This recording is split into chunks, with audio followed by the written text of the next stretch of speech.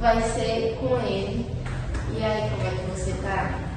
Bem, graças a Deus, as correrias do dia a dia, né? Os desafios que vão surgindo, as preocupações, mas graças a Deus cheio de energia, a gente correr atrás aí das necessidades, né, na escola. E aí, o que você achou do convite para participar ser um dos primeiros convidados do nosso podcast?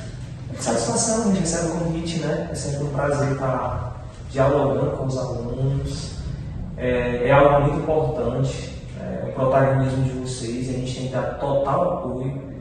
O papel da escola é esse mesmo, é de ver os alunos nos ajudando a produzir o dia a dia, a rotina escolar, e atitudes como essa são sempre muito bem-vindas, e a gente abraça de corpo e alma, com toda certeza. Esse é o grande intuito da educação, né? Que vocês sejam ativos, proativos, sejam atores da construção da história, né? De fazer uma educação de verdade e eficiente. E como foi assim que você entrou na escola? Você sempre foi diretor ou foi professor? Sempre quis ser diretor. Na verdade não, para ser bem sincero, eu nunca me vi como gestor escolar, porque acima de tudo eu sou apaixonado pela sala de aula. Então você é professor? Sou professor, eu me sinto professor, sabe? Na realidade, assim, a minha história enquanto educador, ela vem justamente de acreditar que a educação transforma vidas, abre muitas portas, dá muitas oportunidades. Eu, como muitos de vocês, sou filho de agricultores, então venho de uma realidade em que muitas vezes a gente não acredita muito no estudar, a gente se limita, a gente se poda demais. E eu venho dessa realidade e eu visualizo nos meus estudantes muitas situações pelas quais eu passei, sabe? Por isso que, assim, apesar das muitas dificuldades, né, foi uma das minhas falas iniciais, né, do dia a dia, de tanta correria, porque a gente tem sob responsabilidade cerca de 1.000 estudantes e, consequentemente, 1.000 famílias, e isso não é pouco, né, para um município de realidade socioeconômica complicada, como é o nosso município de Viçosa. Mas, assim, ver em vocês situações pelas quais eu passei me dá energias para ir adiante, me motiva. Eu acho que o papel da escola é de oportunizar, é de abrir portas, é de aconselhar, é de fazer com que vocês tomem determinadas decisões que possam interferir na construção de um futuro melhor, sabe? E aí eu vejo essa realidade. Me criei na roça, ajudando meus pais, que são agricultores. Nunca, como eu falei, não tinha muitas perspectivas em relação a estudos, porque a gente vê essa realidade, repito, a gente se poda demais, a gente coloca muitos obstáculos, né? E a gente já tem tantas dificuldades, tantas barreiras a serem ultrapassadas. Se nos colocarmos como um obstáculo, ou se a gente limitar nossas forças, nossas energias, as dificuldades elas aumentam, sabe? E assim, meu ensino médio foi desse modo, de não ter muitas perspectivas, de ser quase que como um passatempo, né? A gente sabe que para muitos por isso que eu insisto muito nessa tecla de que a escola tem que oportunizar momentos, ela tem que fazer com que os alunos tomem as decisões de serem protagonistas. Não é o meu querer enquanto gestor que vai trazer os resultados finais, mas sim a mudança de postura do aluno por aceitar e entender a necessidade. E eu venho dessa realidade, constituí família cedo, sabe? Com 20 anos eu já estava me tornando pai, o que foi uma dificuldade, porque nesse meio tempo terminou o ensino médio, não ter perspectiva, o que eu vou fazer da minha vida agora? A gente está falando de uma realidade de quase 20 anos atrás, né? 17, 18 anos. E a gente sabe que eram outros tempos. O acesso à universidade, o acesso ao trabalho, tudo era bem mais complexo, bem mais difícil. Então, quando a gente concluía esse período de ensino médio, concluía em 2004, vem aquela, né? Poxa, eu vou fazer o que na vida agora? E Então você fez a faculdade. Nesse meio tempo eu fiquei 5 anos sem estudar. No tempo que você estudou no bairro. Terminei ensino médio, Passei 5 anos. Na época, até Enem, o Enem ele era amostral, a gente fazia se quisesse. Eu lembro que o Enem, a época que eu fiz, a gente teve que fazer em Tinguá, então assim, tudo a época era bem mais complicado, né? E aí terminei meu ensino médio, fiquei 5 anos sem estudar, constituí família nesse meio tempo. E é um peso para a gente, é uma responsabilidade muito grande constituir família, porque a gente deixa de ser só, né? Passa que as decisões elas têm que ser pensadas e a todas as atitudes vislumbrando essa nova rotina, essa nova vida, né? E assim, para manter a família durante esse período eu fiz de tudo um pouco, sabe? Eu trabalhei na roça, eu era marceneiro, eu era pedreiro, de tudo um pouco eu fiz nesse meu tempo, porque era a rotina do meu pai. E aí, então, acompanhando ele no dia a dia, ajudando, a gente acaba aprendendo, né? Trabalhei em rádio comunitária, que tinha época na comunidade, Roqueirão dos Bitões. Eu fazia uma programação madrugadinha e no final da tarde tinha outra. Né? A gente mais brincava, fazia uns repasses comunitários, enfim, claro, as divulgações que eram necessárias, a música, né, para alegrar um pouco o dia a dia. E assim, o que me fez voltar a estudar, vislumbrar a necessidade de fazer faculdade, foi justamente assim, observar que a minha vida era a mesma vida que meu pai tinha, que era a mesma do meu avô, que era a mesma do meu bisavô, não porque não houvesse dignidade no modo como a gente vivia, né, como agricultores, mas porque assim, era uma rotina muito árdua, sem perspectiva. Por vezes eu vi meu pai mal conseguir dormir à noite com dor na coluna, ter que no dia seguinte estar de pé para ir para a rotina, para que não faltasse nada em casa. E aí quando a gente constitui família, a gente passa a ver o mundo com outros olhos, né? Então foi justamente isso que me fez acordar. Poxa, eu não quero para o meu filho a vida que eu estou tendo. Por mais que a gente vivesse feliz, por mais que uma vida... Eu sou muito da vida no campo, sabe? Eu sou muito tranquilo. Mas assim, não era algo que eu queria para meu filho. E aí eu retornei aos estudos, sabe? Então, seu filho foi o foco de você voltar para os estudos. Exatamente. E aí eu voltei a estudar, resolvi fazer o vestibular. À época era um instituto, né, do IVA, Instituto de Pesquisas do Vale do Acaraú, com os cursos de verão que aconteciam aos finais de semana, né, e durante os meses de janeiro e julho.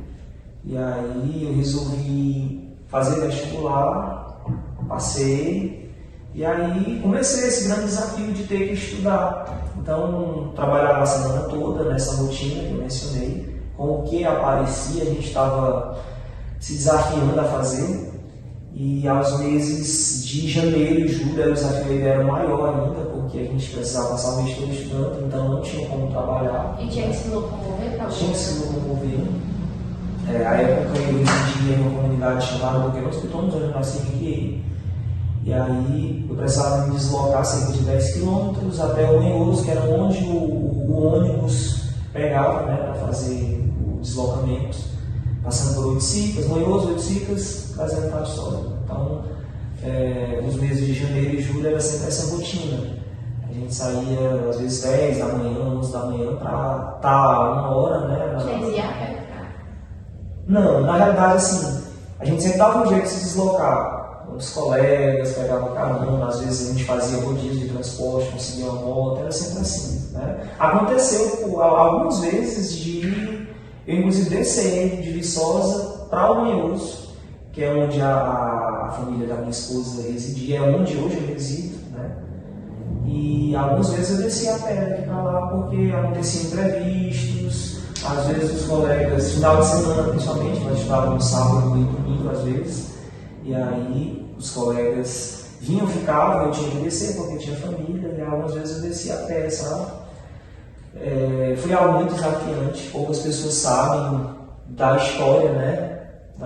Dos desafios que eu enfrentei, mas assim, a faculdade ela era ministrada pelo IVA, quem chancelava essa atividade era a UVA, mas, assim, em decorrência desse ponto de apoio, que funcionava inclusive no patronato, aluguel, professores que se deslocavam, enfim, nós precisávamos pagar uma mensalidade. E foi muito difícil esse período, porque, assim, com família, vivendo sem um trabalho fixo, com todas as dificuldades, eu tive até em determinado período um trabalho no PSF lá da comunidade, só que aí foi pouco tempo, saí, justamente no período que eu comecei a faculdade, eu saí do trabalho e eu cheguei em determinado momento que veio o desafio, eu continuo estudando, eu vou lutar para manter a dignidade da família, né, o bem-estar, o alimento, a roupa, enfim. Eu cheguei nessa encruzilhada em determinado momento, sabe? E aí o meu grande desafio foi, diante dessa circunstância, de dizer, eu quero muito estudar, mas em primeiro lugar minha família. E aí aconteceu de eu só consegui pagar as 2 primeiras mensalidades da faculdade. Que era a primeira parcela, que era também a inscrição, e o segundo mês. E aí depois disso eu não consegui. Aí foi onde você parou? Não parei, mas aconteceu o seguinte, as rematrículas elas eram semestrais, e aí o primeiro semestre tudo ok, mas aí a partir do segundo semestre eu não tive como renovar a matrícula. E aí começou o meu grande desafio, o que fazer? Parar e ir adiante, né? E aí foi onde eu resolvi, não, eu vou lutar por esse sonho de continuar estudando. E aí a cada professor que vinha, era que para muita gente talvez fosse uma vergonha. Para mim era assim, mas assim, eu queria muito, e aí a cada professor que vinha dizia, olha, meu nome não está na frequência. Contei muito, de certa forma, com a colaboração, a compreensão também, né, do professor João Figueira, que era quem à época era responsável pelo IVA aqui em Viçosa, pela própria coordenação do Instituto, que me permitiu continuar estudando, né, mas meu nome não vinha na frequência. E aí o diálogo era sempre com os professores, para eles arquivarem minhas notas, deixarem tudo ok. Que eu acreditava demais que eu conseguiria sair dessa situação, sabe? E aí nesse período, mais do que nunca, eu ainda assim me criei na fé cristã, mas nesse período mais do que nunca eu me apeguei demais a Deus, era de onde eu tirava as respostas para essas dificuldades todas, sabe? Passei a ler a Bíblia constantemente. E sempre que eu me sentia fraco, com vontade de desistir, de jogar tudo pro ar, eu sempre encontrava uma palavra na Bíblia que me dava a resposta e as energias para continuar, sabe? Tinha momentos assim, de eu estar fazendo a leitura e aquilo dali de encontrar tudo que eu estava vivendo, de eu ficar arrepiado, dizer, não, eu vou conseguir.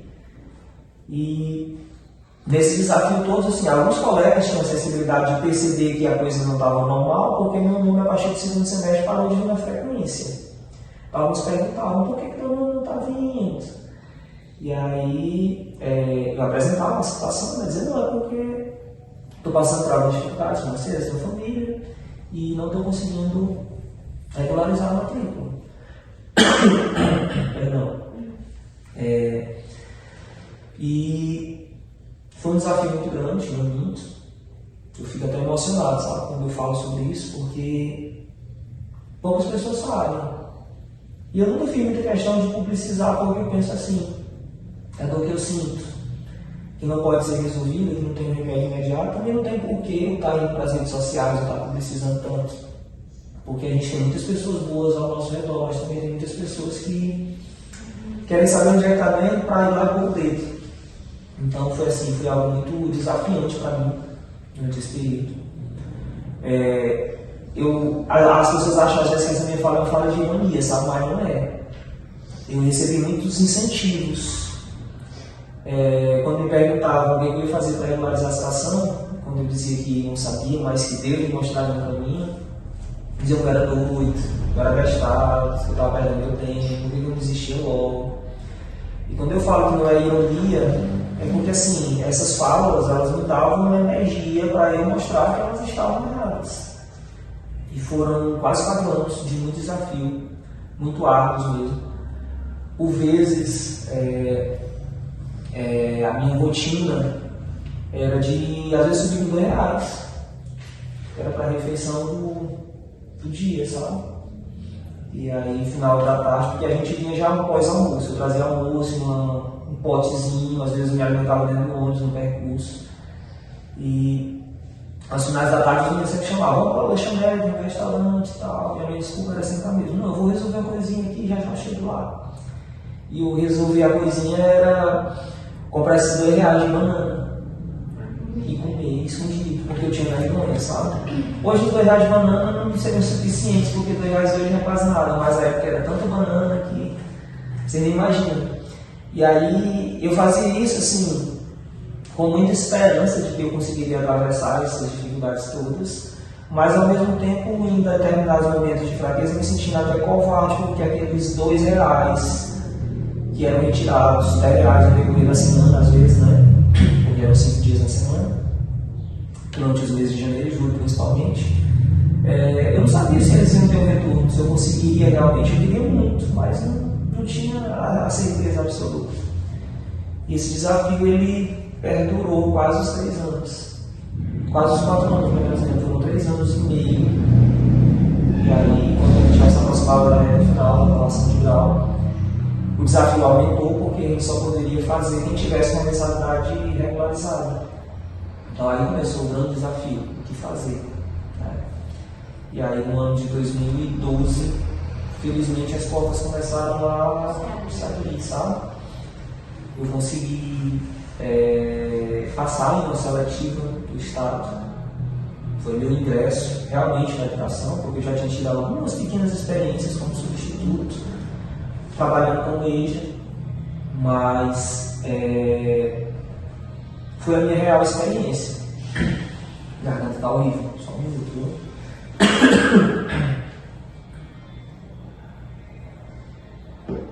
E foi um período de muita aprendizagem, de muito amadurecimento, que me deu casca também para, assim, entender que nessa relação de gestor, mesmo que nós tenhamos tantas dificuldades, tantas adversidades, tantos problemas, mas os problemas eles não são só nossos, eles são problemas de todos.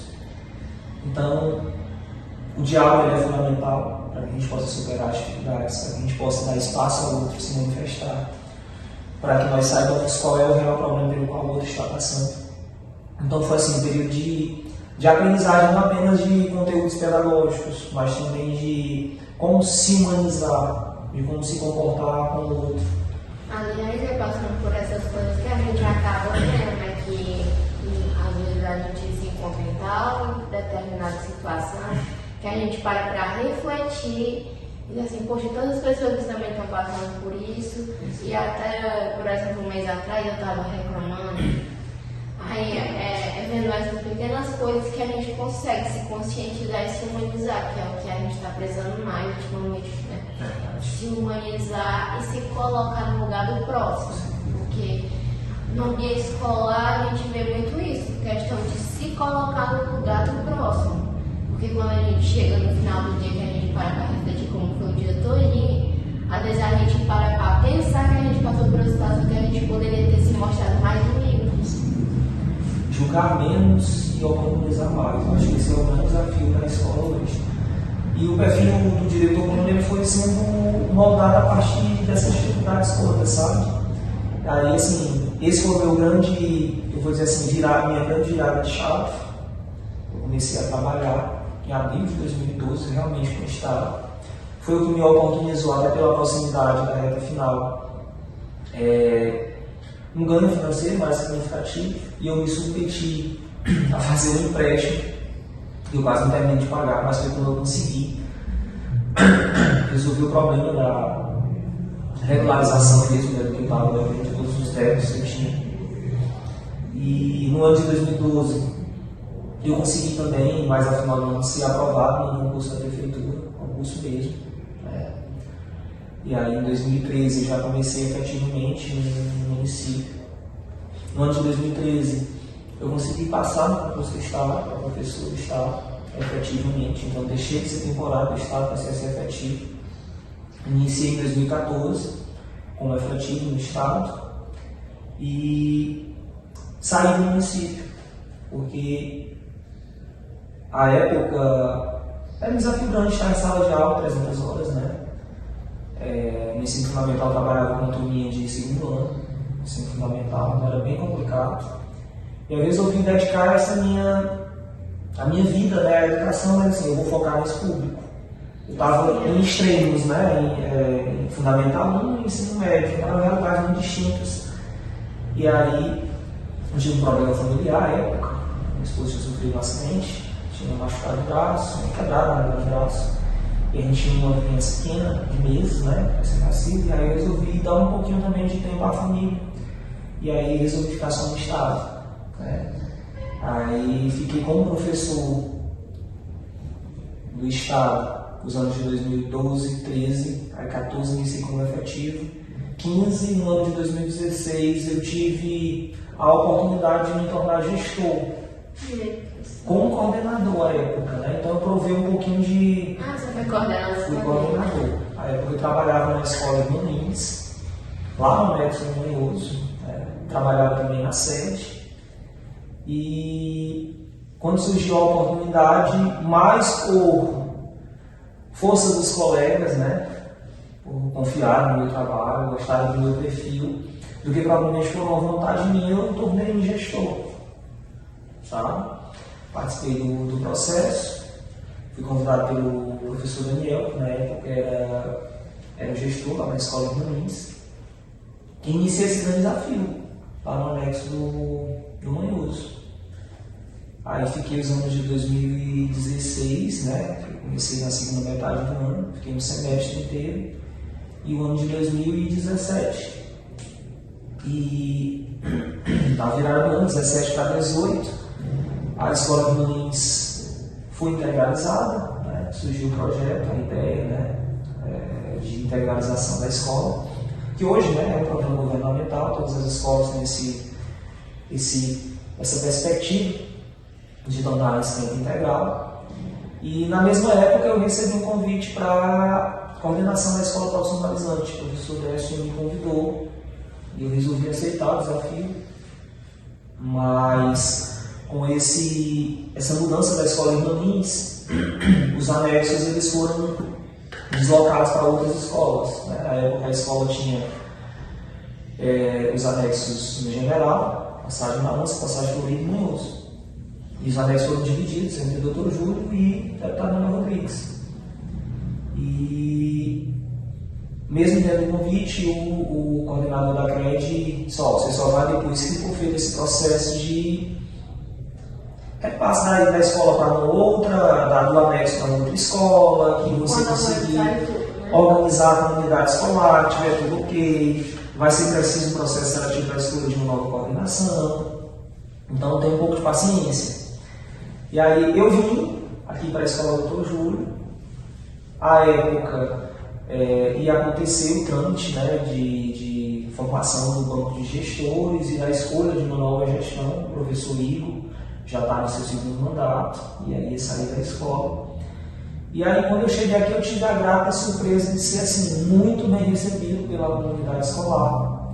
Algumas pessoas que eu já conheciam, porque somos professores, a gente compartilhava dos corredores, dos bastidores de encontros pedagógicos. Mas eu digo que eu tive a grata surpresa porque assim, eu fui muito bem recebido, me senti amparado em todos os sentidos, sabe? Pela forma como a escola do Dr. Júlio de Carvalho funcionava, pelos laços verdadeiros que eu encontrei aqui, era assim que eu visualizava. E aí fui ficando. E nesse processo de escolha de uma nova gestão, os colegas professores começaram a dizer: tu vai se candidatar, tu vai ficar com o nosso diretor. Eu disse: não quero isso para a minha vida.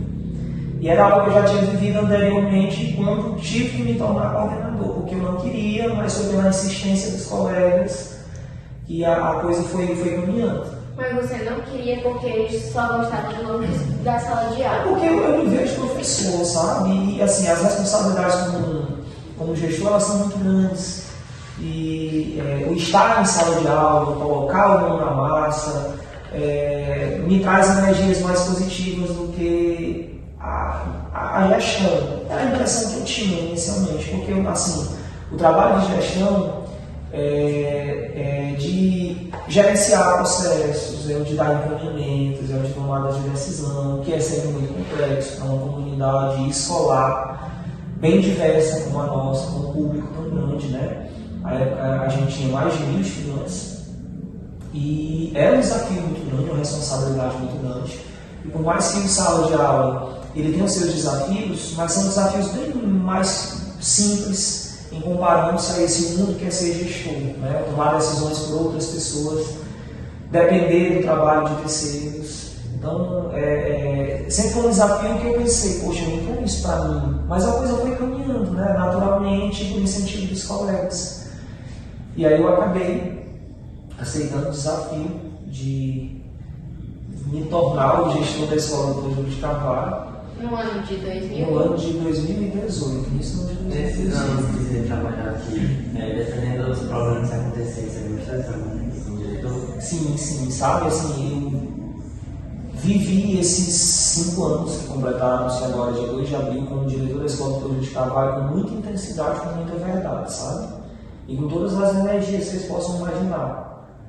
Eu digo que a escola ela é hoje mais minha casa do que minha própria casa. Geralmente eu almoço na escola, às vezes janto na escola, por vezes eu preciso usar os banheiros para tomar um banho, trocar de roupa, porque é uma rotina bem longa, sabe? Nós temos os anexos, né, as extensões de matrícula para acompanhar. Fora aqui, você gestiona ou é professor nos anexos assim? Na verdade, assim, a gente tem a rotina de acompanhamento, né? O processo burocrático consome quase toda aqui na sede, mas a gente tem a rotina de visitas aos anexos, general, ediciclos e manhosos, né? A manhosos funciona tarde e noite, então meu tempo acaba que entre os anexos acaba sendo um pouco mais dedicado à extensão do manhoso. Nas outras extensões só funciona à noite, são só 3 turmas em cada um, né? Lá no uso nós temos 9 turmas, então a demanda lá acaba sendo um pouco maior. Tem mais problemas, então necessita um pouco mais da presença do diretor, né, para estar resolvendo algumas dessas situações. E foram 5 anos assim, muito intensos, em que eu vivi com muita verdade, momentos pelos quais eu me vi desafiado e sem energias para dizer assim, poxa, eu não aguento. Mas muitos momentos também de extrema alegria, de dizer assim, isso me realiza, isso me faz sentir útil, porque a gente, nessas tomadas de decisão que são complexas, mas a gente consegue também, como eu falei, colocando-se no lugar do aluno, gerenciar muitos processos para que eles sejam menos árduos, para que eles sejam mais produtivos, para que eles sejam mais reflexivos. Eu acredito muito nisso, sabe? De que o aluno ele mude sua visão, de que ele tome suas decisões a partir da reflexão.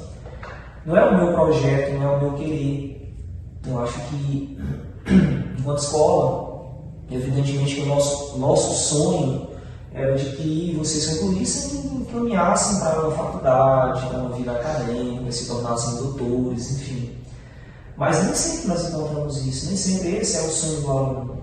Então, enquanto escola, nós precisamos compreender isso, né?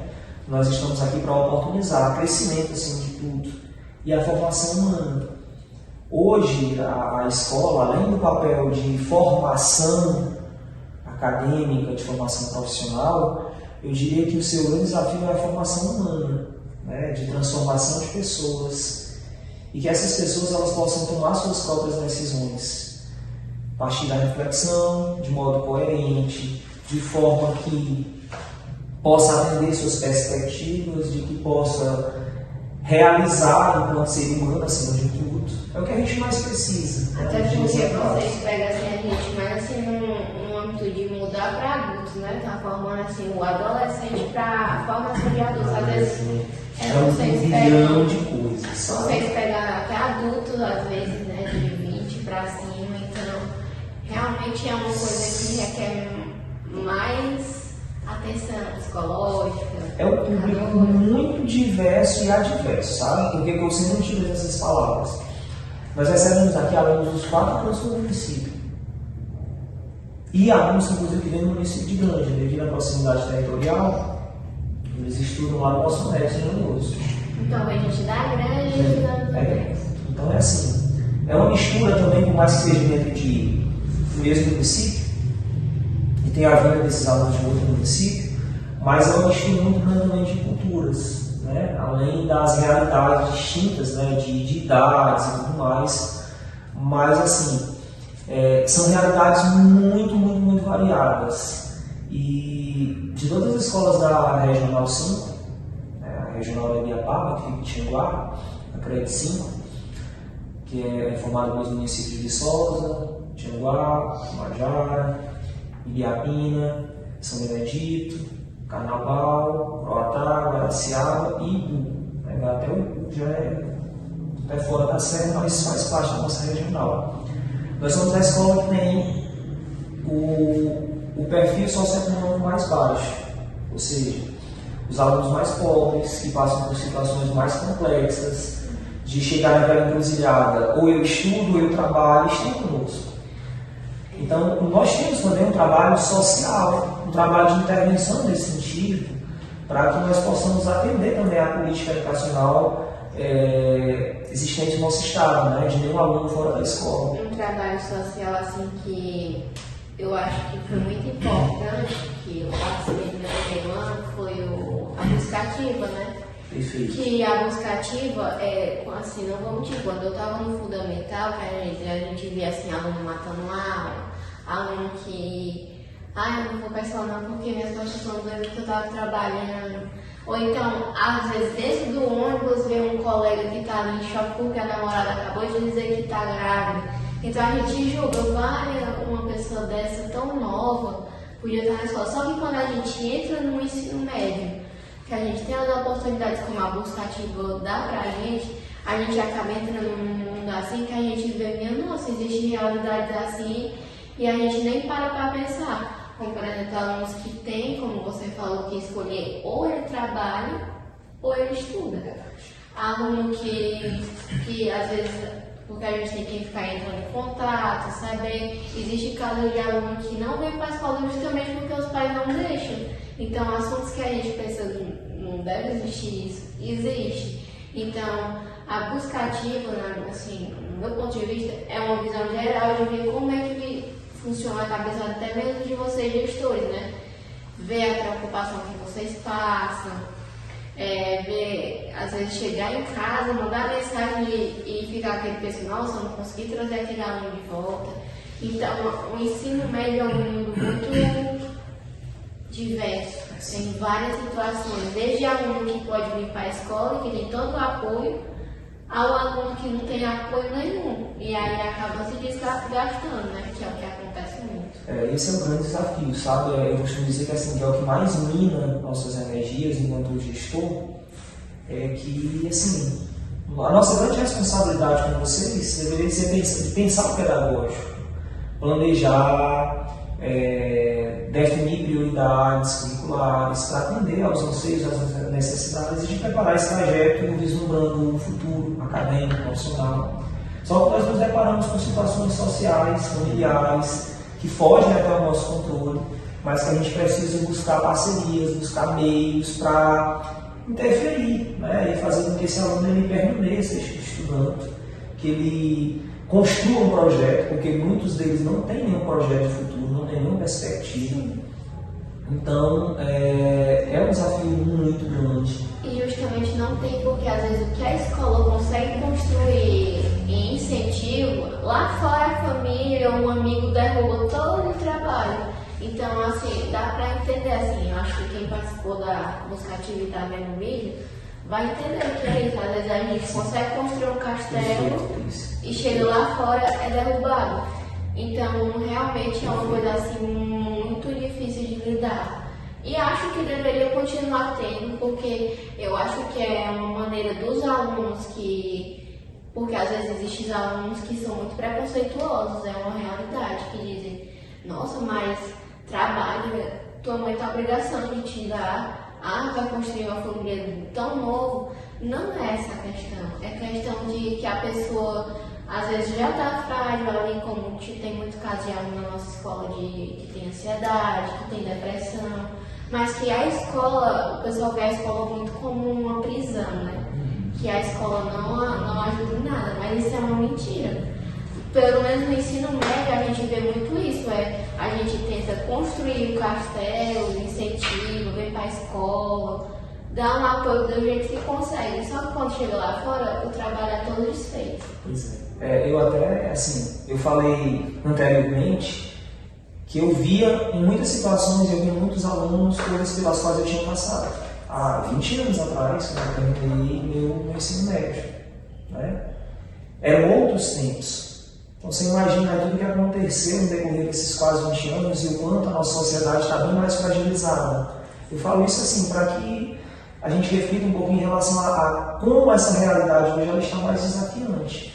Então, se naquela época eu já passei por determinados conflitos como esse, imagino como é que hoje o mundo oferece outras coisas que são muito mais atrativas em determinados momentos do que a própria escola. A gente fala que a geração mudou para melhor, só que quando a gente para olhar o que é que mudou para melhor, é o que? Um shopping, uma loja, uma marca de roupa, só que quando a gente para ver o âmbito escolar, essas coisas, não mudou nada. Às vezes a trajetória está mais difícil, porque quantos alunos a gente não tem que querem estudar, querem estar aqui, só que não conseguem porque tem que passar por provações como você passou, construir família cedo, tem que trabalhar para botar comida dentro de casa. Então são realidades que a gente vê muito aqui. E que às vezes a gente tem até vontade de fazer alguma coisa, só que às vezes o aluno também está tão desgastado que não tem mais o que fazer, né? Essas coisas todas elas foram me moldando enquanto pessoa e naturalmente enquanto gestor. Apesar de nós termos vivido nesses 5 anos, 2 anos bem intempestivos, né? Principalmente no período da pandemia, mas o que mais me orgulha enquanto gestor é ver que a comunidade escolar como um todo, ela foi transformada nesse sentido gestivo, de compreender os processos, de entender que nós não recebemos aqui robozinhos, né? Que cada um tem o seu jeito de ser, tem sua característica, tem suas limitações, enquanto escola nós precisamos acolher e oportunizar o crescimento a cada um. Os próprios professores mudaram demais esse seu jeito de visualizar, até o processo de avaliar mesmo. Eu me recordo no ano de 2018, de como eram os nossos conselhos de classe, de quanto haviam situações de julgamento mesmo e até de condenação, dizer, fulano não quer, ele não merece ser aprovado, ele tem que repetir de ano, de fechar realmente as portas, né? E de quanto essa realidade ela foi transformada, evidentemente, pelo contexto que nós vivemos nesse período pandêmico, mas também pela forma como a gente começou a agir, de como a gente começou a oportunizar, de como eu falei, a gente passou a evitar os julgamentos e passou a dar mais oportunidades, né? Todo mundo tem o seu jeito de ser, a gente precisa compreender o que se rodeia contextualmente essa pessoa para que ela age de determinada forma, em determinado momento, pelo que ela está passando, enfim. E eu percebo que os professores, eles se transformaram. Hoje os nossos conselhos de classe já não são de julgamentos e condenações. Eu vejo muitas circunstâncias os próprios professores serem, eu vou dizer assim, advogados de defesa. Já a gente dizia, fulano não conseguiu fazer determinada avaliação, ele não conseguiu atingir um determinado perfil, mas ele está passando por determinada circunstância, ele está atrapalhando, e de a gente parar para analisar. Que todos nós temos os nossos entraves, temos os nossos obstáculos, em determinado momento a gente pode fraquejar. E enquanto escola, a gente precisa compreender tudo isso, né? E ser também, eu vou dizer assim, ponto de apoio, para que o aluno se fortaleça, para que o aluno construa seu alicerce e possa edificar um futuro. Então, me orgulho muito disso, sabe? Apesar de que nesse período, enquanto professor, enquanto gestor, tem muitos alunos hoje que são doutores, doutoras, enfim, mas eu tenho um orgulho tremendo dos alunos que a gente pôde dizer assim, não desista, vai em diante. Perdão, mais uma vez. Vamos em frente. E de perceber que essa oportunidade que foi dada fez com que o aluno tivesse uma oportunidade de vida, que hoje estão transformados.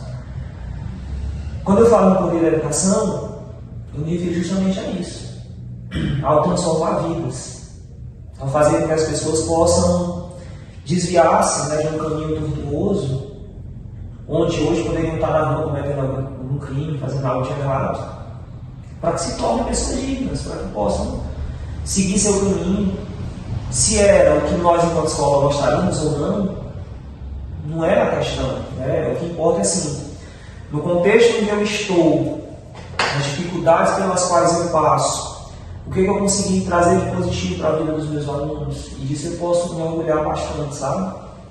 E assim, Bruno, em questão assim, do âmbito escolar, já teve assim, alguma situação que você parou assim, para pensar, meu Deus, e agora, o que é que eu faço? Várias, sabe? Situações de situações até esperadas, as situações que a gente não poderia, assim, jamais esperar, imaginar que pudesse acontecer. Famílias altamente estruturadas, alunos mergulhados em situações extremamente complexas, tráfico, violência doméstica, violações até sexuais em algumas circunstâncias, de a gente colocar o nosso na cabeça e dizer, poxa, o que eu vou fazer? Jamais esperava eu estar passando por determinada situação. Então são coisas assim que assustam em determinado momento, que desafiam, mas que também revigoram quando a gente consegue ajudar, né? Apesar de serem situações muito desafiantes, mas é isso que nos dá vida enquanto gestores. Dizer, não, vale a pena, eu preciso continuar, eu preciso ir adiante. Eu tive várias vezes no decido dizer, não quero mais. Mas situações como essas, né, quando a gente consegue também resolver, elas são muito gratificantes e elas nos renovam. Dá uma paz, né? Dá uma paz. Porque eu acho que o nosso papel, enquanto seres humanos, acima de tudo, é ser útil na vida do próximo, né? E enquanto gestor, a gente consegue fazer isso com uma força maior do que... Falei, sou apaixonado pela sala de aula. E sim, você pensa em renovar o seu papel como diretor ou não? Eu costumo dizer assim, tudo é no seu tempo. Né? A gente vai ter esse desafio até o final do ano. Muita coisa pode acontecer até lá. Eu, pessoalmente, eu não acho que processos gestivos eles devam ser tão demorados, tão extensos, porque acabam se criando determinados vícios, né? A gente se acostuma muito a uma determinada rotina. E eu acho que inovações elas são sempre muito bem-vindas.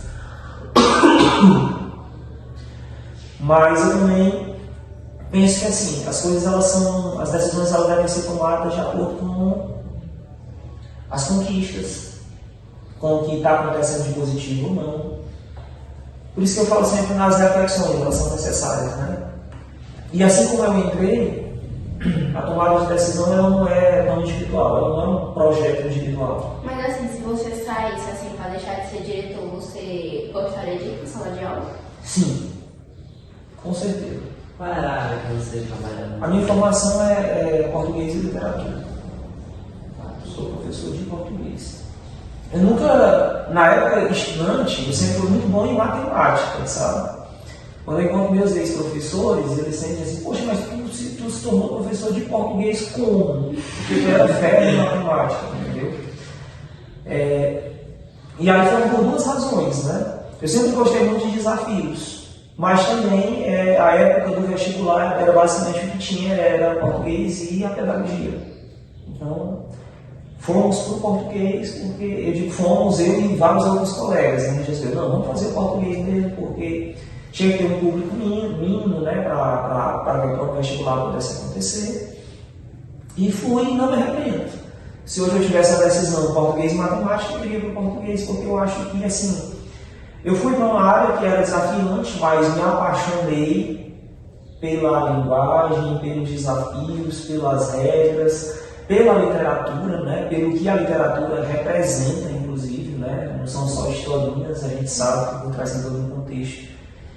E aí, assim, isso fez me apaixonar. E hoje, se eu tivesse que retornar para a sala de aula, eu retornaria com os olhos brilhando, porque inclusive todas as oportunidades que eu tenho em aulões, em momentos de preparação para Enem, eu sempre digo, não, eu quero um momento para mim, para que eu volte a ter esse contato com os alunos, para que eu relembre esses momentos que são também de muita satisfação, de troca de energias.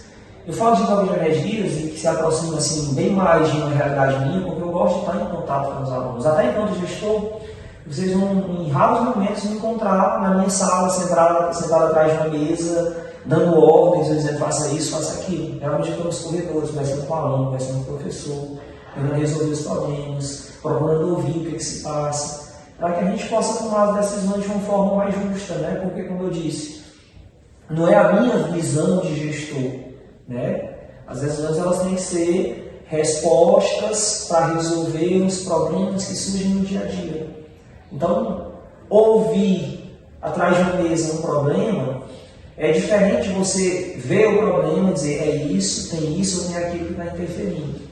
Então, acho que a gente acaba, eu vou dizer até assim, sendo mais justo nas decisões, tanto com esse contato físico, do que ouvindo, recebendo as informações, porque elas nunca chegam como realmente aconteceram, né? E em sala de aula a gente tem essa oportunidade de ter contato direto e imediato, né? Então eu diria que assim, em sala de aula eu estaria mais tranquilo, mais relaxado, fazendo aquilo que eu amo, trabalhando a língua portuguesa, pela qual eu me apaixonei, mas talvez eu não pudesse ajudar de um modo geral a tantos alunos como eu consegui como gestor. Porque eu penso assim, por você já ter tido, não é uma visão assim como mais gestor, que você pode ir ali tomar alguma decisão para ajudar algum aluno, você acha que na hora da sala de aula que você vê se uma situação na escola, você iria dizer assim, poxa, eu posso ajudar? Com certeza. Eu acho que todos os professores eles precisavam ter um pouco da experiência gestor. E eu acho que, como eu disse, a pandemia ela acabou transformando a visão do professor. O que eu mencionei antes do julgamento, do seu defensor até do aluno, vem justamente disso. Durante a pandemia, por mais que nós estivéssemos distantes, mas nós mergulhamos um pouquinho na realidade e nos desafios dos alunos. Durante esse período todo da busca por todos os alunos na escola, né, da realização das buscas ativas, dos próprios grupos de GCAP, né, que eram os grupos cooperativos de apoio à permanência estudantil, os professores eles se tornaram muito gestores. Eles visitaram alunos, eles compreenderam realidades. Eu tive casos de professores que, antes de conhecer, dizia, fulano não quer nada. Depois de visitar, voltou dizendo, agora eu sei por que fulano é daquele jeito, por que ele não se interessa, por que ele não faz atividades. Eles têm uma vida, em alguns aspectos, subhumanas, entendeu? Pelos desafios, pelas dificuldades, até pela higiene, pelo local onde vivem, por tudo. Então isso transforma a visão, e essa transformação de visão faz com que dentro de sala de aula a gente construa relações também diferentes. Temos que ter muitos cuidados para não ultrapassar determinados limites, porque a relação com o outro é sempre muito complexa, né? A gente tem que saber os limites de até onde a gente pode ir, de até onde a gente pode se aproximar, de até onde a gente pode ajudar. Mas assim, eu costumo também sempre colocar nas minhas falas, até nos momentos de formação com os professores, de que a afetividade, ela gera afetividade. Então não tem como um professor ter um bom rendimento com uma turma com a qual não há um bom relacionamento. A gente sabe disso. Tem determinados professores que, ao entrarem na sala, é um peso. Parece que uma aula de 50 minutos dura 5 horas, né? E já tem outros que, quando a aula ela é mais tranquila, onde há um clima melhor, os 50 minutos passam em 5. Quando você vê, já terminou. Então, da mesma forma como essa relação ela é complicada para vocês alunos, é também para os professores. Ninguém é obrigado a ser amigo de ninguém, mas quanto mais próximos nós estivermos para compreender as realidades, mais facilmente nós vamos conseguir lidar com as situações e, evidentemente, a aprendizagem ela vai ser mais concreta. Eu tenho alguns momentos de pegar as pastas de matrícula para ir estudar o aluno, identificar quem é o aluno. Não compreender as realidades, saber quem é fulano, mas pelo menos de eu poder receber no portão e dizer assim, bom dia, Cristiano, bom dia, Romulo. Eu acho que isso faz muita diferença na relação. Eu vejo a Karine e os meninos de Mulemano, a gente tem o quê? 3 meses juntos, e aí muitos deles eu já sei o nome. Às vezes eu recebo de bom dia, boa tarde, chamo pelo nome, aí olha assim, como é que você já sabe o meu nome? Aí eu até brinco, eu disse, não, eu já puxei tua ficha todinha, eu já tenho uma ficha ali. Mas acho que isso faz muita diferença na relação. Do que, às vezes você vê assim, o aluno vem procurar uma determinada atividade, algo que ficou pendente, aí a gente pergunta, mas com qual disciplina, qual professor? Não, é o professor de história, o professor de geografia, o professor de química. Mas não tem professor. E às vezes já está no final do ano e o aluno não sabe o nome do professor. Então a gente percebe que, assim, por mais que não seja uma obrigação, mas talvez aquela pendência ela só exista justamente porque não há uma aproximação maior. Né? E é por isso que a gente observa que algumas disciplinas têm um rendimento também melhor e outras nem tanto. Então parte muito por as relações que se constroem no dia a dia. Tá? E por isso que eu costumo dizer que, assim, quando o professor tem uma visão mais gestora do processo, ele compreende que o sala de aula não é só chegar e repassar um conteúdo, como se fosse conhecedor total e absoluto da verdade, né? A aprendizagem é mais concreta. Porque o aluno ele aprende bem mais quando ele se sente instigado por aquilo, quando ele se sente curioso, quando ele participa, quando ele coloca a mão na massa. Quando na realidade nós, professores, a gente vai só instrumentalizando, apresentando os atalhos para o aluno chegar mais facilmente a um determinado objetivo. Né? E aí, apesar da pandemia ter sido um problema, mas ela transformou muito essa visão dos professores, inclusive em relação à avaliação. Fragilizou em alguns aspectos, porque infelizmente alguns alunos acham que não precisam dar o melhor de si em um processo avaliativo. Porque hoje a nota final ela não é só a prova em si. Né? Mas, por outro lado, fez com que os professores abrissem outros horizontes em termos desse olhar, né, do que é o aluno, de qual contexto ele está inserido, por que ele tem determinado comportamento ou não, e de que nós possamos, a partir disso, buscando as respostas para ajudar.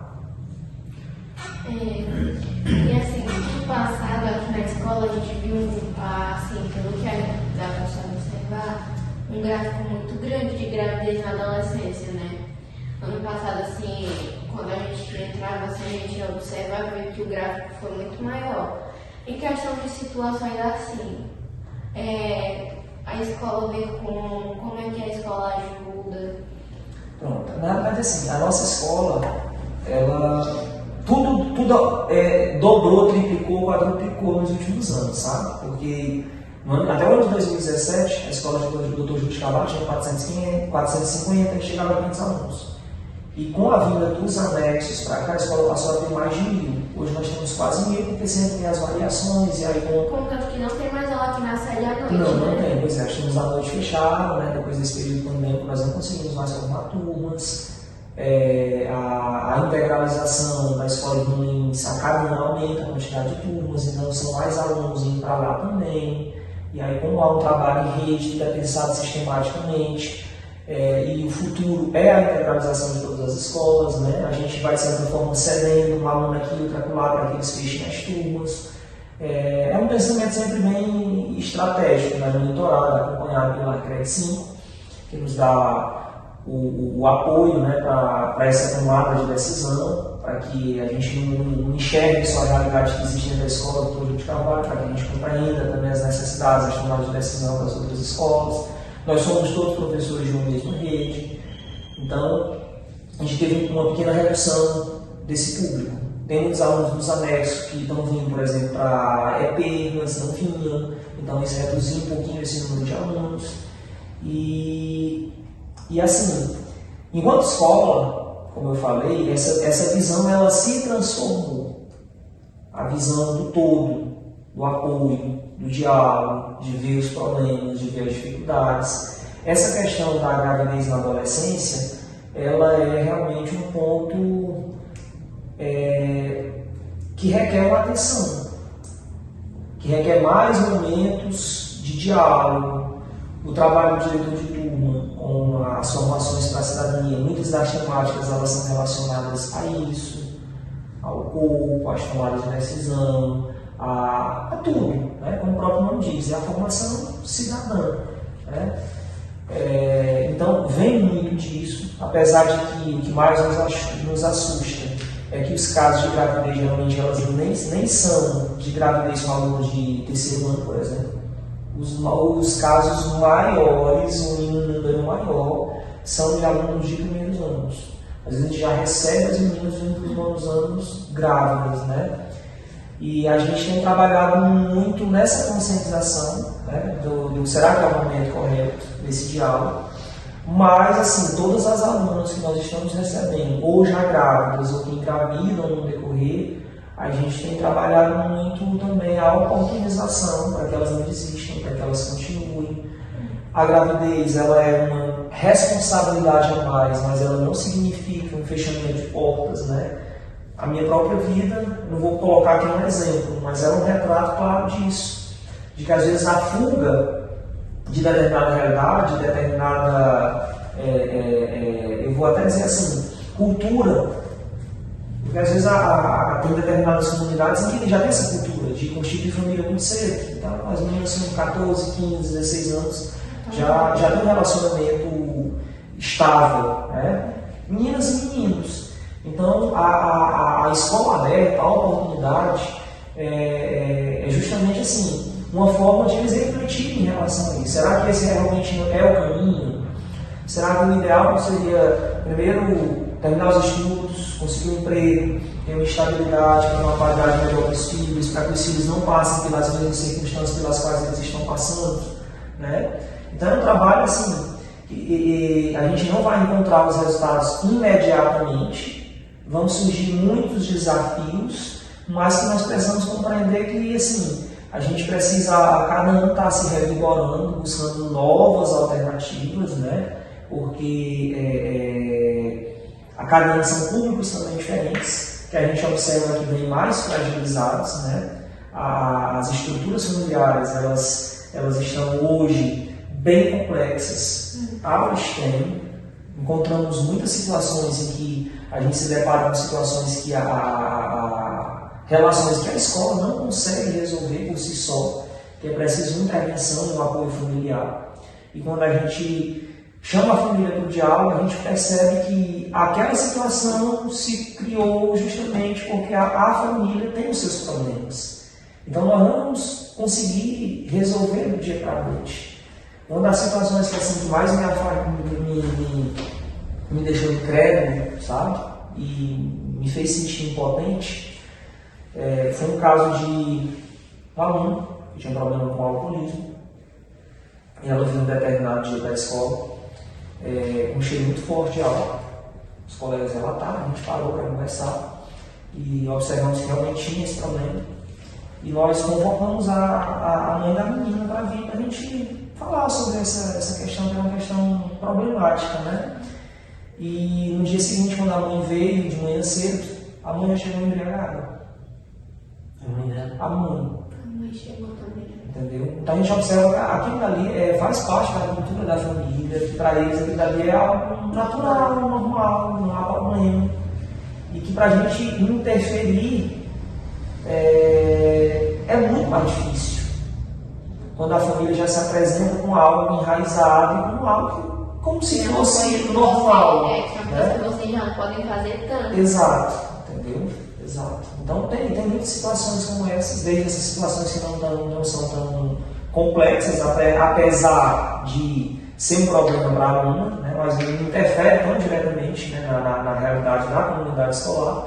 Há outros casos que nos preocupam, porque hoje a violência, a droga, a marginalidade, ela está muito presente, né? Infelizmente. E eu não falo apenas pelo contexto atual de tantas ameaças, né, e de atentados que têm acontecido nas escolas atualmente. Eu me refiro a problemas que a gente já precisa ter uma atenção mesmo no dia a dia, porque é um público muito diverso e em realidades muito adversas. Então, trabalhar o respeito, trabalhar a tolerância e trabalhar o amor ao próximo são pontos cruciais para que a gente tenha um clima harmonioso e equilibrado dentro de uma escola com os seus 1.000 estudantes. Nesses primeiros meses do ano, a gente está vendo muito isso, né? Tem que trabalhar muito mais o amor ao próximo e o respeito, porque as coisas que a gente está vendo não é atrocidades que a gente jamais imaginou passar no meio escolar. E assim, no seu ponto de vista como professor e diretor, né? Podemos dizer assim, o que é que você acha disso tudo que está acontecendo? Enquanto gestor, a gente vê isso com muita preocupação. Assim como vocês se preocupam, como os pais se preocupam, nós nos preocupamos ao extremo. porque a nossa responsabilidade, como vocês dizer, que ela é gigante. Né? E ela já é gigante por si só em relação a garantir o mínimo necessário para que vocês aprendam. Né? E eu digo isso porque assim, a gente recebe alunos com uma defasagem de aprendizagem muito grande. Então, buscar um nivelamento, buscar uma priorização de uma abordagem curricular que possa tanto atender o aluno de um perfil mais elevado, um nível já de desenvolvimento de aprendizagem maior, ao aluno que tem toda essa deficiência, que às vezes mal sabe ler. A gente vê que essas situações externas, elas acabam trazendo uma preocupação maior para dentro da escola. Então, como garantir ao aluno a tranquilidade mínima necessária para que ele se concentre nos estudos? Preparado, nós nunca estaremos para isso. Né? Até porque a gente observa que os recentes casos, eles se deram muitas vezes com surtos de alunos. Então, não tem como eu medir por qual circunstância o colega está passando, se ele está à beira de ter um colapso nervoso ou não. Que não seja por esse trabalho de conscientização em relação ao respeito. Todos nós temos um jeito de ser, é preciso a gente ter respeito a isso, de tolerância, porque tem muitas situações nas quais a gente se depara com coisas que nos desafiam, de dizer, poxa, eu estou aqui à beira de um colapso, eu vou bater de frente. Às vezes a gente tem que fingir que não viu, que não ouviu, relevar determinadas situações. E, evidentemente, de amor ao próximo. A gente vê muito assim, desespero das mães, né? Dizendo, mas o diretor não tomou como é que se chama? Não tomou uma atitude, uma né? atitude.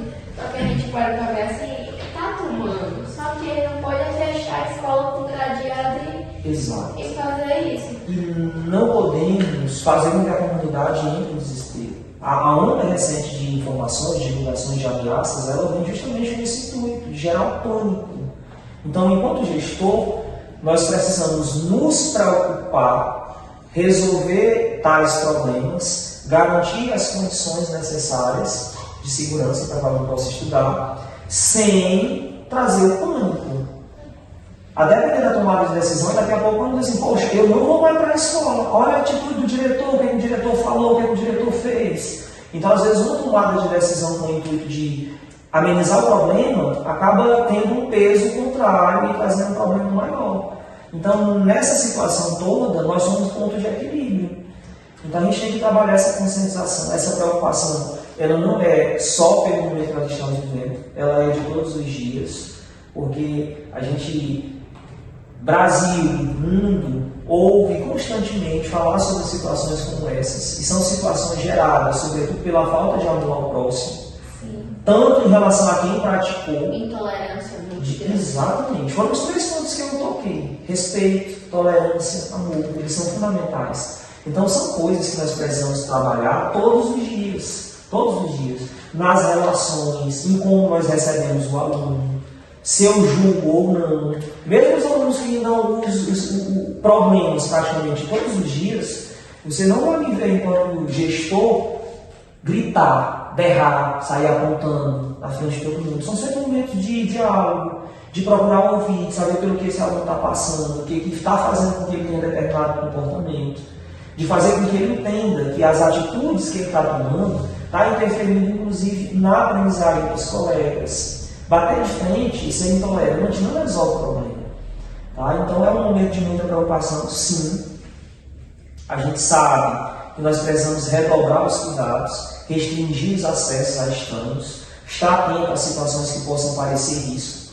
E aí é onde está o problema, né? Julgar o que é risco, o que não é. Às vezes julgar até pessoas. Exatamente. Então não é tão simples. Né? Então todos nós temos responsabilidades. E até porque quem fala, o diretor não tomou uma atitude, tem que lembrar também que você é pai, né? Também. Que você tem algo, você tem seus filhos na escola. E nós precisamos também confiar nas nossas autoridades, né, de segurança. Eles estão atentos, eles estão monitorando. Então, a gente precisa compreender que a nossa responsabilidade nesse momento é muito mais de, claro, garantir que pessoas estranhas não vão adentrar dentro da escola. Porque alguns dos casos dessas violências foram de invasões. mas na grande maioria dos casos foram de alunos, né, que tiveram alguns momentos de surto, de explosão nervosa. Então, de garantir esse acolhimento, de garantir que o aluno seja compreendido, de garantir que o aluno ele seja acolhido, ouvido, né, de que ele se sinta bem, de que os colegas possam respeitar as diferenças, de que os colegas não julguem, de que os alunos não pratiquem o bullying. São esses cuidados que a gente tem que trabalhar todos os dias, como eu mencionei. Não é só parar agora, porque a gente está vivenciando esse momento de preocupação para estar tratando do assunto. É algo que tem que ser contínuo, constante e compreendido por todos. Porque ninguém tem uma bateriazinha ou algo escrito na testa dizendo que está à beira de ter um colapso nervoso. Ninguém está. Então todos nós temos situações, somos humanos e a gente precisa se sentir bem, porque onde eu não me sinto bem, eu não sinto vontade de estar. Então tem situações que submetem o ser humano ao estresse extremo para ter essas explosões. E evidentemente tiveram casos de realmente de profunda, de serem psicopatas mesmo, e nós não conseguimos identificar, né, quem são essas pessoas. Não tem como identificar. Então trabalhar o amor, trabalhar o respeito, a tolerância, eu digo que são os remédios para todos os dias e para todos os problemas, não são só para esses problemas da violência, né? A gente precisa trabalhar a humanização, a sensibilidade, o se colocar no lugar do outro, sempre. E é algo que tem que virar família para a escola. Nosso trabalho é um trabalho complementar ao que acontece dentro dos lares, né? É muito difícil eu trabalhar a afetividade como não a afeto dentro da própria casa. É como eu disse, né? Como é que aqui na escola eu vou receber toda a atenção, apoio, vai, você consegue, entra em tal letiva, não, matemática tem dificuldade, não, você vai conseguir ter um apoio psicológico, ter ali um lugar cheio de amor e carinho, sendo que quando eu chego em casa eu recebo o quê? Xingamento, às vezes agressão, às vezes abuso de todas as formas, então não tem como isso, às vezes assim a gente está vendo que as pessoas assim estão confundindo muito. Da escola, é uma frasezinha que eu sempre escutei desde pequenininha. Em casa a gente aprende educação, amor, respeito, ser humano, não tirar brincadeira com ninguém. E na escola eu vou aprender o que? Aprimorar isso e as matérias para me tornar alguém na vida.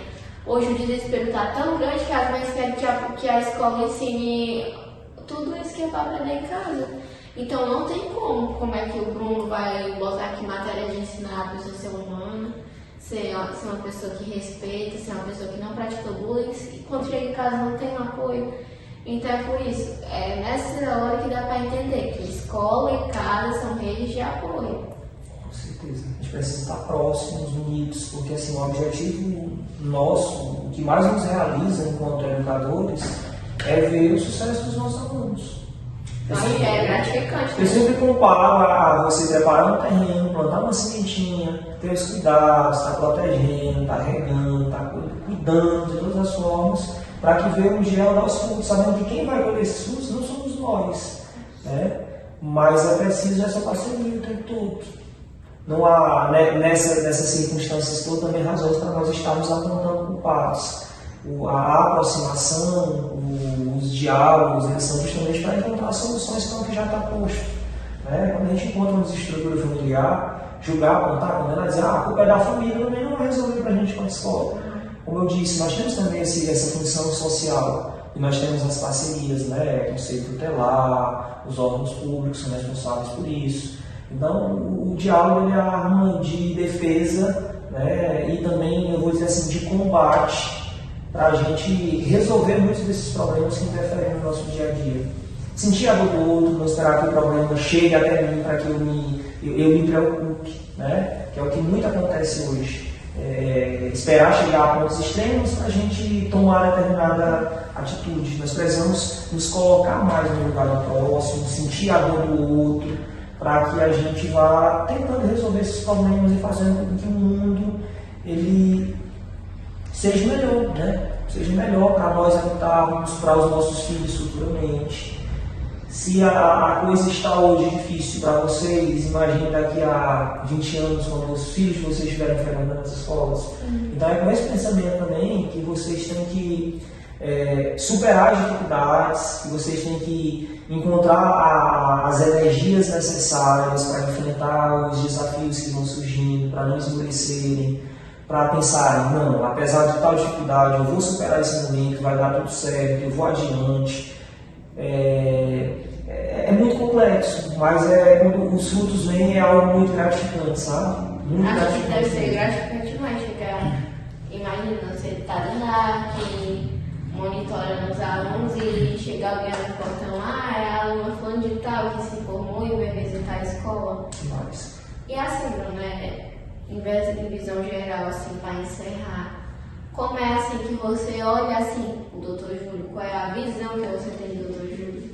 Pronto, vamos lá.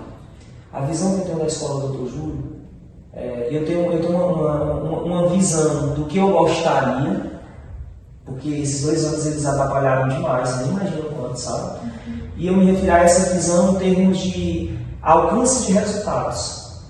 Nós somos uma escola, como eu falei, tem um perfil socioeconômico muito baixo, e isso interfere diretamente na realidade dos alunos, porque eles já chegam desmotivados, eles já chegam com outras preocupações. Alguns deles têm o desafio de, será que quando eu chegar em casa vai ter almoço? Será que eu vou jantar hoje? Enfim, tem tudo isso. E querendo ou não, isso interfere na aprendizagem. Né? E apesar da escola ter dobrado de tamanho no ano de 2018, e consequentemente os desafios também dobraram, nós tivemos alguns alcances de resultado bastante positivos. Nós viemos nesses 5 anos melhorando o nosso IDEB, que é o Índice de Desenvolvimento da Educação Básica. Então isso é muito significativo para mim, como gestor, saber que apesar da escola ter dobrado de tamanho, apesar de tantas adversidades, apesar da pandemia, ainda assim nós conseguimos modificar nossa visão, propiciar um atendimento com mais equidade, que garantisse aos alunos crescimento, e obtivemos crescimento. Então é uma visão, eu diria, nesse aspecto, de dizer nós fizemos um bom trabalho, mas ao mesmo tempo eu tenho uma visão de que se nada disso tivesse nos atrapalhado, nós poderíamos estar em uma condição bem melhor.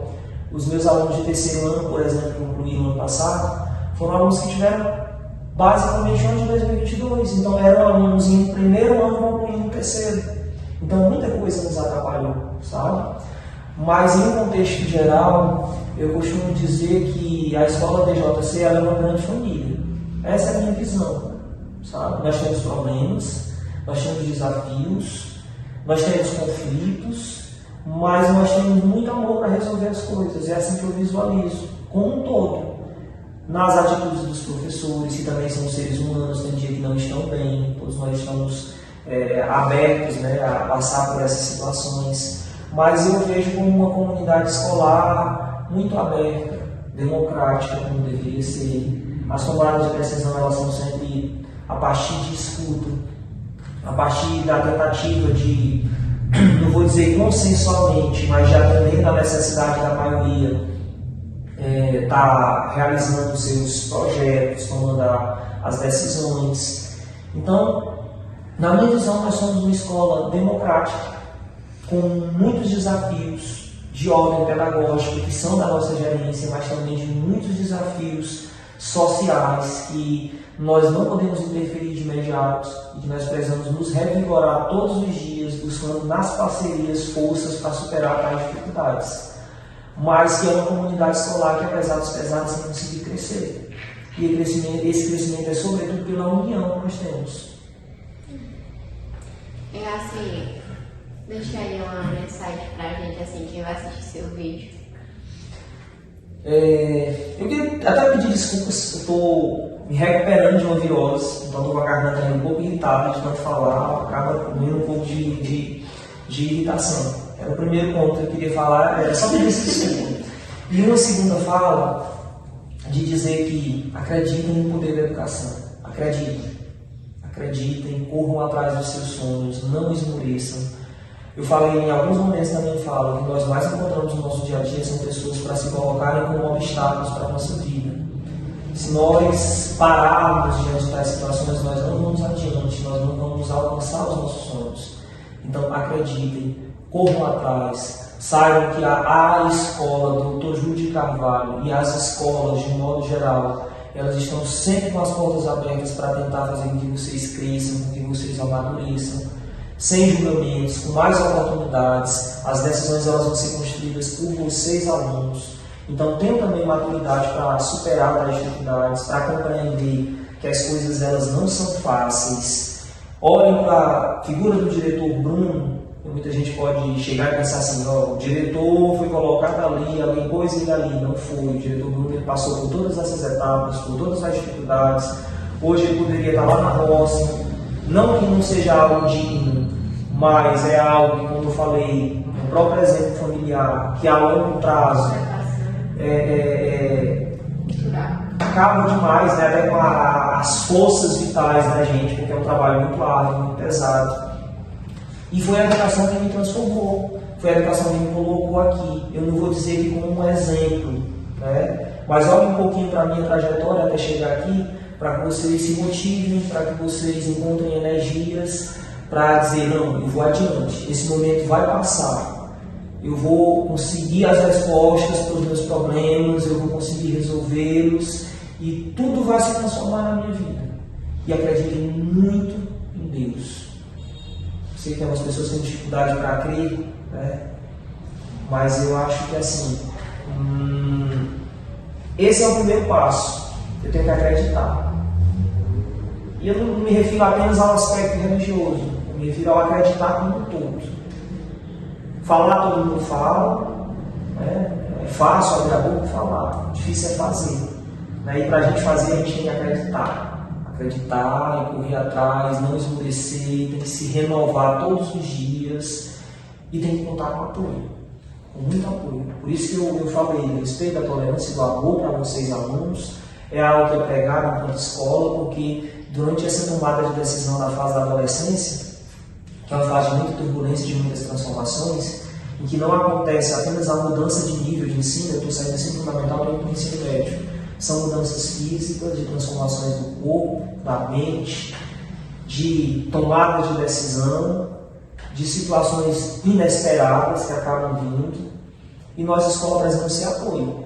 Nós estamos e estaremos sempre de braços abertos para acolher e para ajudar nessa tomada de decisão que é de vocês. Ela não é minha. Claro que eu tenho o meu perfil, eu tenho o meu modelo de aluno, que eu gostaria de receber. Mas nem por isso eu vou passar a barra, porque eu sei que a nossa realidade ela é outra. Eu vou receber alunos problemáticos, alunos excepcionais, e vão conviver em sala de aula, como vai ser a convivência em sociedade. E nós precisamos compreender que a vida em sociedade é isso. E a escola está aberta para isso, para preparação para essa vida social. Então, muito obrigada pela sua participação. Tenho certeza que vai ser muito gratificante para os alunos verem, né, seu momento de fala, sua trajetória, que realmente é uma trajetória muito bonita, é uma trajetória de superação. Então, muito obrigada pela sua participação, por ter nos concedido esse tempo, né, para a gente. E espero ter mais vezes outras oportunidades, quem sabe na rádio, se Deus quiser. É algo que eu desejo muito em breve, é que nós estejamos de repente no próximo, de repente na inauguração, né, do nosso espaço da rádio, a gente fazer um momento como esse. Tá? Eu me agradeço, eu fico muito feliz, vocês não imaginam o quanto, de ver vocês protagonizando atitudes como essas.